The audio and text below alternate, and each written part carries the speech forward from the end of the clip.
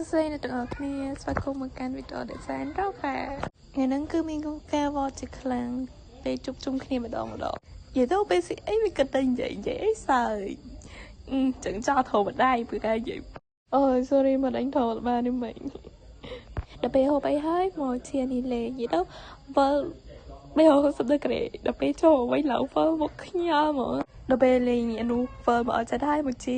តូងល្អនេះនិយាយ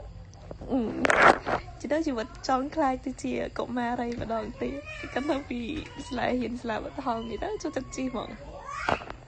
កន្លែងនេះគេល្អមិនគេហ៊ានល្អទេទៅឲ្យខ្ញុំល្អមិនគេទៅតាមខ້ອຍឯងហើយទៅឡើងអត់អីមានអីមកស្មានដល់ប្រកាប់មកតែទៅយើងទៅនេះស្អត់ដែរដល់ពេលនេះពេលជីកង់មកវិញហើយបាយ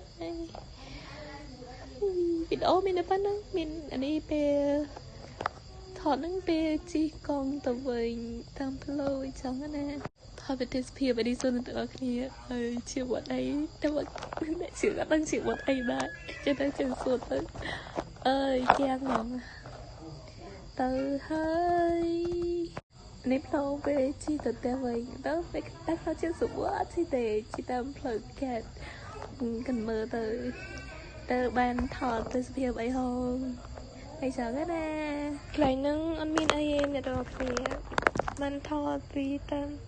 ទស្សនភាពតាមផ្លូវអីតិចតួច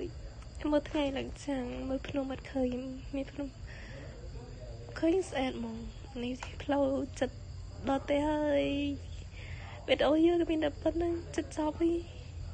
បាយបាយអ្នកទាំងអស់គ្នា